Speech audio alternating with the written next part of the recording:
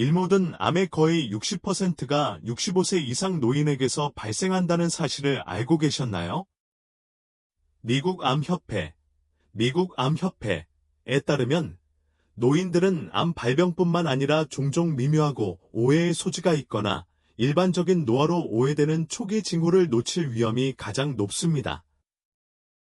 그러나 여기에 무서운 진실이 있습니다. 증상이 명백해졌을 때는 이미 너무 늦은 경우가 많습니다. 국립암연구소 자료에 따르면 초기 암의 생존율은 80%가 넘는 반면 후기에 발견된 암의 경우 종류에 따라 생존율이 20% 또는 그 이하로 떨어질 수 있다. 이는 엄청난 차이이며 그 이유는 간단합니다. 초기 단계에서 암은 일반적으로 국소화되어 치료가 가능합니다. 그러나 일단 확산되면 옵션은 빠르게 줄어듭니다. 따라서 조기 발견은 완전한 회복과 생명을 위협하는 진단 사이의 차이를 의미할 수 있습니다. 이것이 바로 이 영상에서 60세 이상의 사람들이 절대 무시해서는 안 되는 암의 8가지 초기 징후를 밝혀내는 이유입니다. 이것은 우리 모두가 알고 있는 명백한 징후가 아니라 너무 늦을 때까지 종종 눈에 띄지 않는 교활하고 조용한 증상입니다. 우리는 8위부터 1위까지 카운트다운하고 있는데 이는 가장 위험하고 일반적으로 간과되는 경고 신호입니다. 암 위험을 크게 줄이는 데 도움이 될 수 있는 과학적으로 뒷받침되는 3가지 놀라운 음식도 공개할 예정이니 끝까지 함께 해주세요. 시작하기 전에 시청 중인 위치를 아래 댓글로 알려주시기 바랍니다. 이 비디오에 좋아요를 누르고 이와 같은 더 많은 비디오를 보려면 우리 채널을 구독하는 것을 잊지 마세요. 이제 더 이상 고민하지 말고 시작해 보겠습니다. 8번째, 지속적인 속쓰림입니다. 누구나 때때로 속쓰림을 겪게 되는데 특히 무겁거나 매운 식사 후에는 더욱 그렇습니다. 그러나 60세 이상이고 빈번하거나 만성적인 속쓰림을 경험한다면 특히 밤에 잠을 깨거나 식사하기 어렵게 만드는 경우 이는 단순한 배탈 이상의 것일 수 있습니다. 이런 종류의 지속적인 위산 역류는 식도암이나 위암의 미묘한 경고 신호일 수 있습니다. 많은 노인들은 이것이 단지 소화불량이거나 노화의 정상적인 일부라고 생각합니다. 그러나 문제는 다음과 같습니다. 산이 식도로 자주 올라가면 만성염증을 일으킬 수 있습니다. 발해식도로 알려진 이 질환은 시간이 지남에 따라 암 위험을 상당히 증가시킵니다. 불편함은 가슴뼈 뒤의 가벼운 화상이나 입안의 신마디로 시작될 수 있습니다.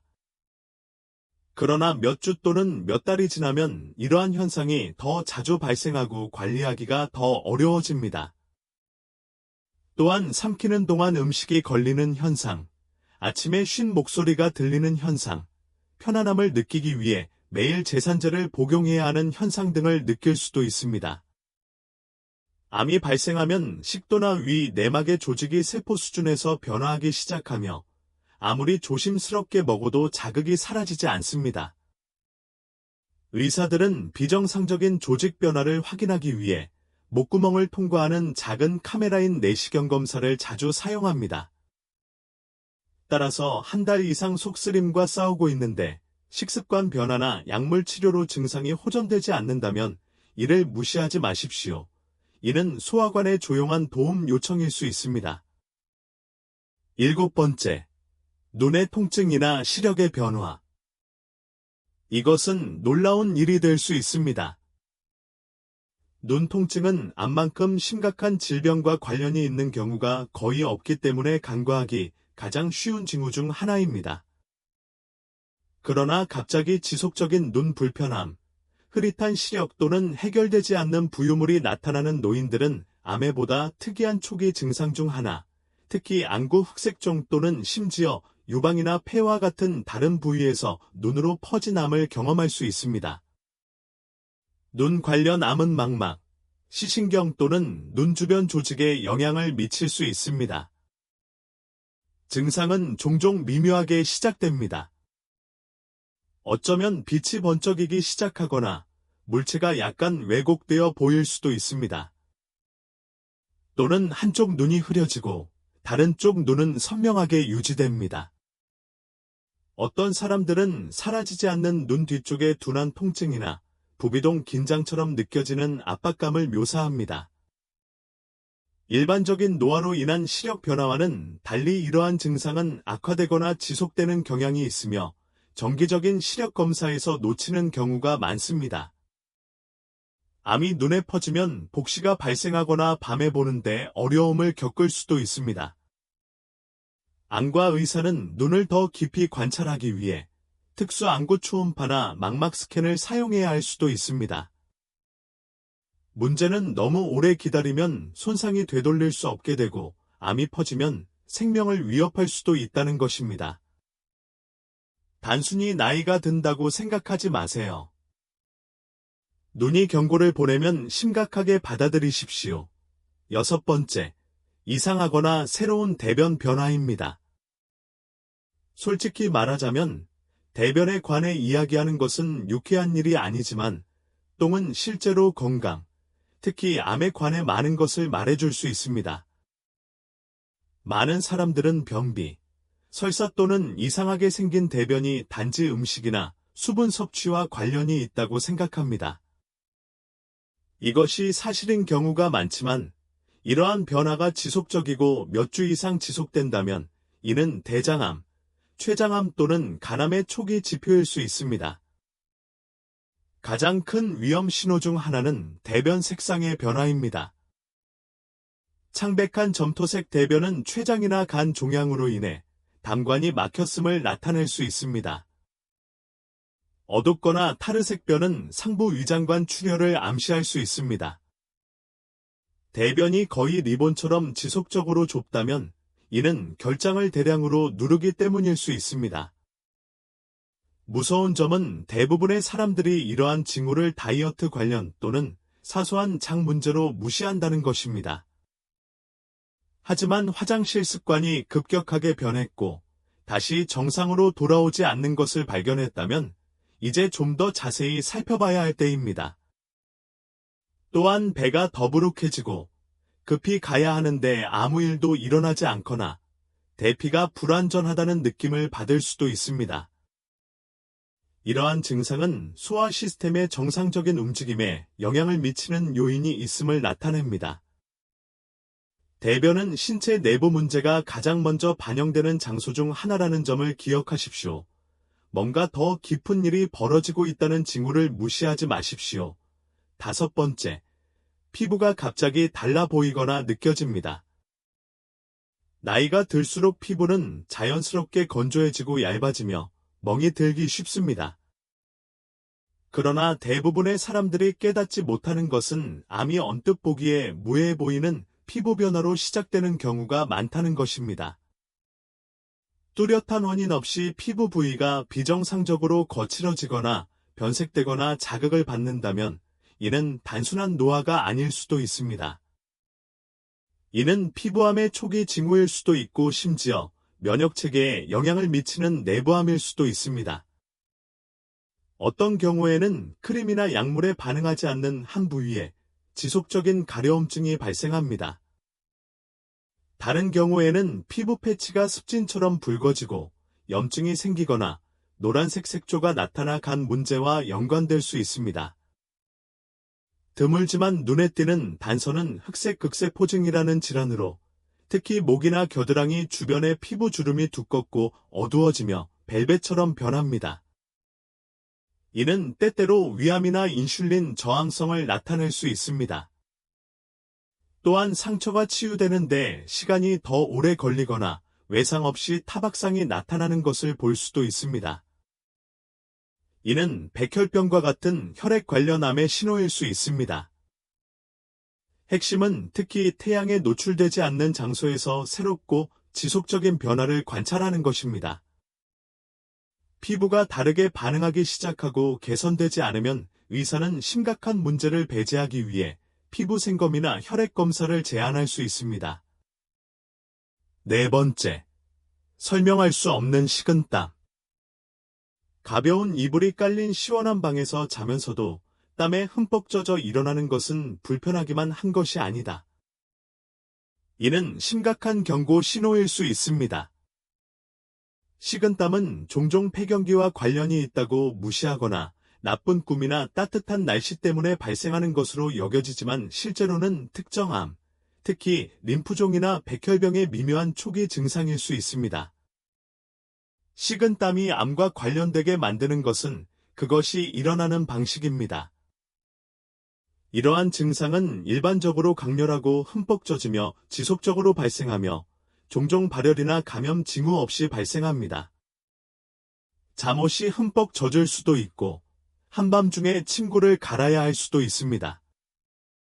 이러한 땀은 암세포가 방출하는 염증성 화학물질에 의해 유발되며 이는 특히 휴식 중에 신체의 온도 조절을 방해할 수 있습니다. 어떤 경우에는 식은땀의 미열, 설명할 수 없는 피로, 약간의 체중 감소가 동반되지만 저절로 나타날 수도 있습니다. 위험한 것은 이 증상이 얼마나 쉽게 무시되는지이다. 사람들은 그것이 호르몬 변화, 스트레스, 심지어는 약물의 부작용이라고 생각합니다. 그러나 심하게 아프지 않고 일상생활을 바꾸지 않았는데도 1, 2주 이상 계속 땀을 흘리며 일어난다면 의사와 상담해야 할 때입니다. 더 깊은 원인을 확인하기 위해 혈액검사 또는 영상 스캔이 권장될 수 있습니다. 세 번째, 명확한 원인이 없는 뼈 통증입니다.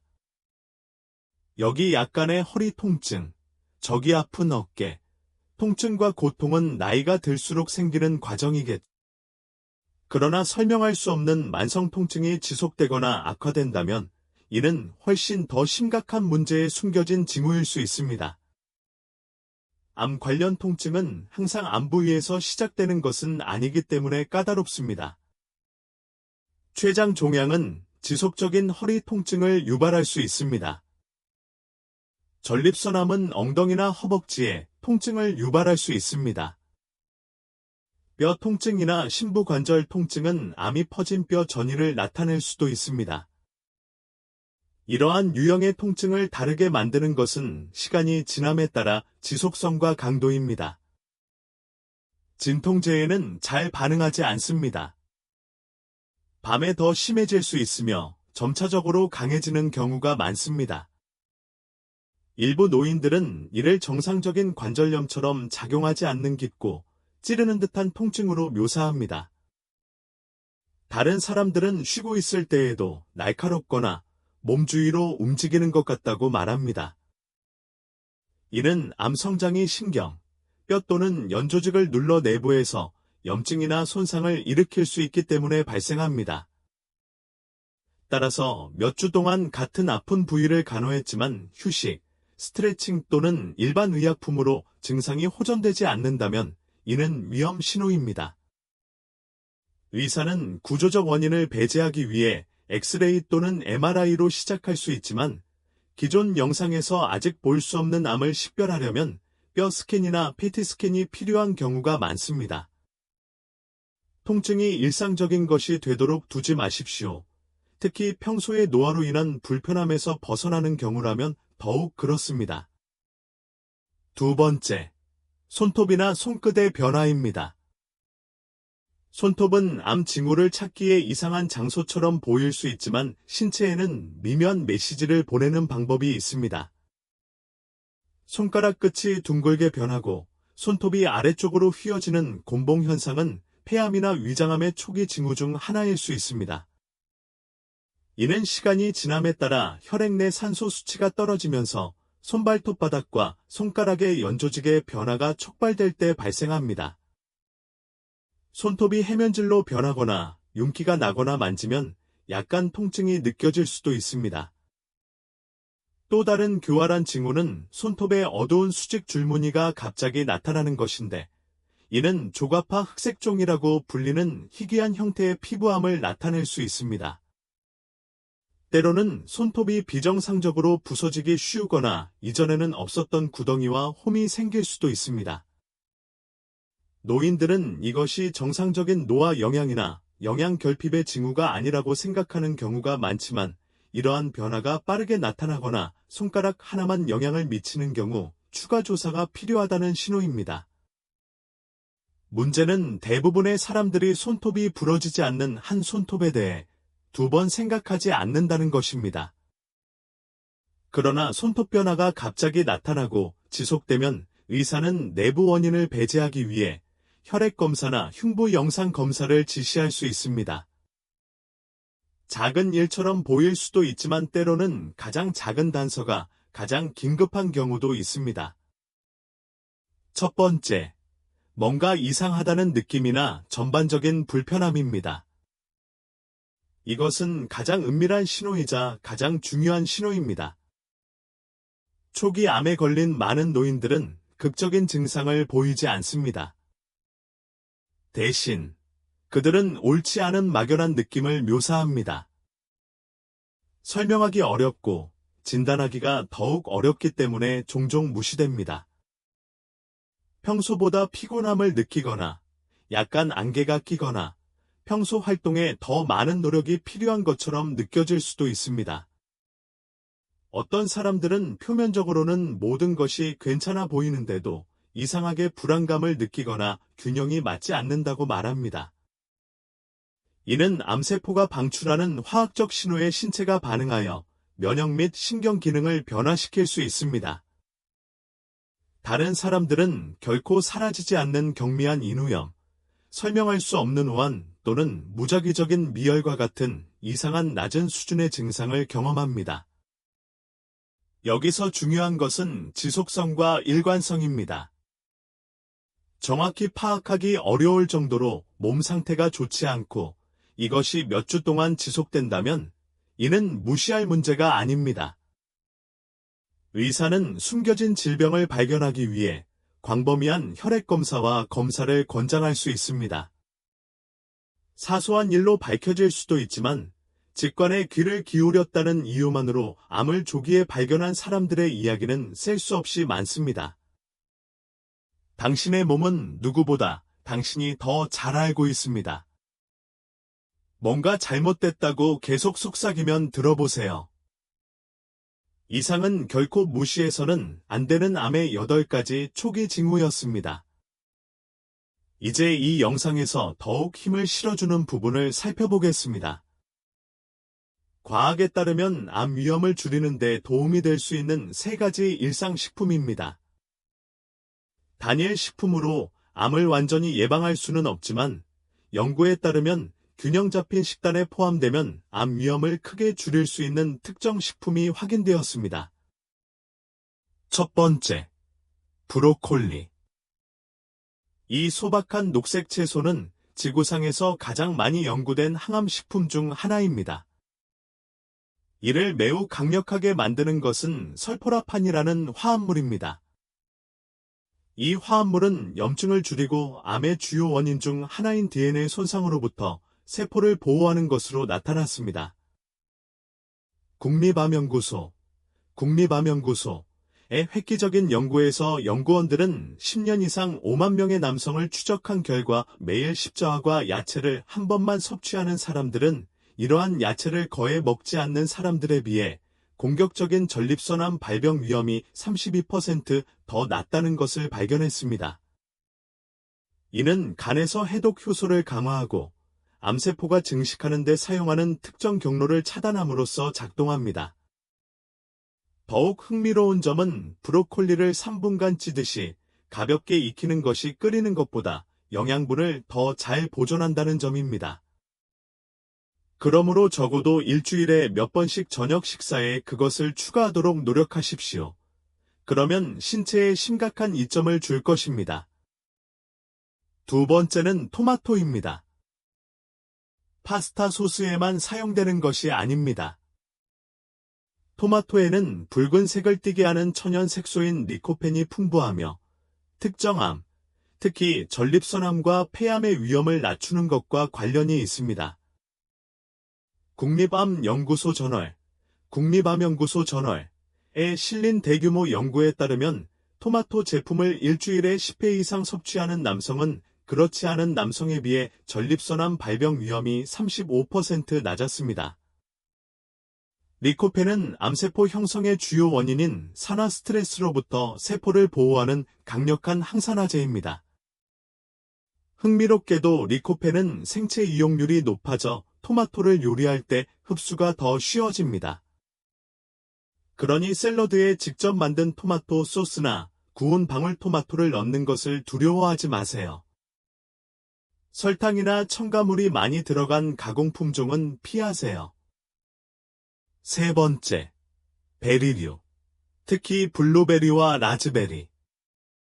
이 작은 과일은 암과 싸울 때 엄청난 효과를 발휘합니다. 베리에는 안토시아닌, 엘라그산, 비타민C가 함유되어 있어 활성산소를 중화하고 몸 전체의 염증을 줄이는 데 도움이 됩니다. 농업 및 식품화학저널, 농업 및 식품화학저널에 발표된 연구에 따르면 베리가 풍부한 식단을 먹인 쥐는 표준 식단을 섭취한 쥐에 비해 식도, 종양이 58% 감소한 것으로 나타났습니다. 이것은 동물 연구이지만 인간 연구에 따르면 베리를 정기적으로 먹는 사람들은 염증 및 산화 스트레스 지표가 더 낮은 것으로 나타났습니다. 베리의 섬유질은 또한 비정상적인 세포 성장에 대한 첫 번째 방어선인 면역 체계를 조절하는 데 도움이 되는 좋은 장내 세균의 먹이가 됩니다. 스무디, 오트밀 또는 간식으로 즐기던 베리는 암 예방 도구 키트에 보관할 수 있는 맛있고 보호적인 식품입니다. 결국 암은 늘 소리를 지르지 않는다. 때때로 그것은 교활하고 쉽게 놓칠 수 있는 신호를 통해 속삭입니다. 비결은 일찍 듣고 행동하는 방법을 아는 것입니다. 60세가 넘었다면 몸의 상태를 잘 관리하는 것이 건강을 위해 할 수 있는 가장 강력한 일이 될 수 있습니다. 이제 우리는 당신의 의견을 듣고 싶습니다. 당신이나 당신이 사랑하는 사람이 이러한 징후 중 하나를 경험했지만 처음에는 그것에 대해 많이 생각하지 않았습니까? 우리가 언급한 세 가지 음식 중 정기적으로 먹거나 식사에 추가할 계획이 있는 음식은 무엇입니까? 아래 의견의 귀하의 경험과 의견을 공유해 주십시오. 우리는 그들의 말을 듣는 것을 좋아합니다. 시청해 주셔서 감사합니다.